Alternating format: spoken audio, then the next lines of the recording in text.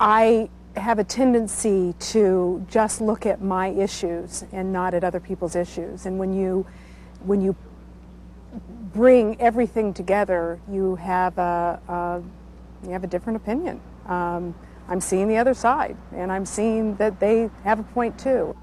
The face-to-face intensity of the deliberations also seemed to break down people's preconceived notions.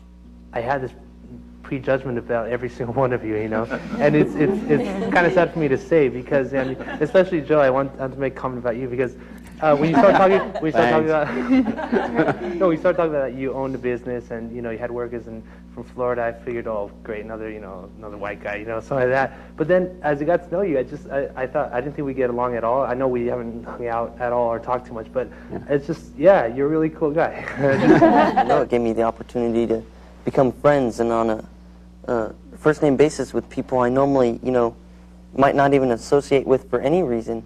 I think Chris has been probably sort of the talk of the group. Yes. I have to tell you how I judged him. We were riding out in the bus the first morning, and we introduced each other, and I says, you in high school? And he says, well, I had to do my thing. And he quit school. And he told me he was getting night school now and working towards his degree. And I'm sitting there and I said, I've already judged this kid. I said, here he's going to sit there and he's not going to be educated enough to talk with us, or he's just going to be scared to talk with us. And I think we all didn't take very long to realize you weren't that kid. He's restored my faith in young people totally. Thank you, guys. Yes. I mean, you guys Great. restored my faith in the older generation. There you go. There you go. Once they began to know each other as individuals, people said they could talk things out instead of making speeches to each other. Everybody came here with labels. What are you? I'm a Democrat. I'm a liberal Democrat. A conservative Republican. I'm this. Moral majority. When we were together, I didn't hear anybody say, I'm a Republican and my view is this. I'm a concerned citizen or an individual and my view is this. And we had this way of pigeonholing us into a certain label. So I'm walking away with that labels are meaningless.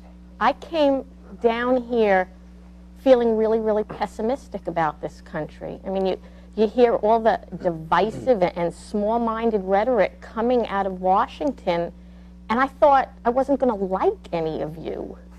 And I don't know where that language comes from, and the racist tone and the hostile tone and the angry voices that we keep hearing on the news, because we all disagreed about an awful lot of things, but we were able to do it in a nice way. And that really struck me the most, because Americans are good people, and our representatives seem to have forgotten that or something, because they're not speaking with the voices that we were. I would echo much of what's been said, and it makes me think that so much of what politics is about, and I think this is a relatively new phenomena, is divisiveness. It's left and right, and it's black and white, and it's all these extremes. And I mean, I think we've proved right here that it doesn't have to be that way. And I never expected to come to such a feeling of community with people of such differing viewpoints. It's really amazing, and that makes me feel empowered to leave here and to be able to say, what can I do now?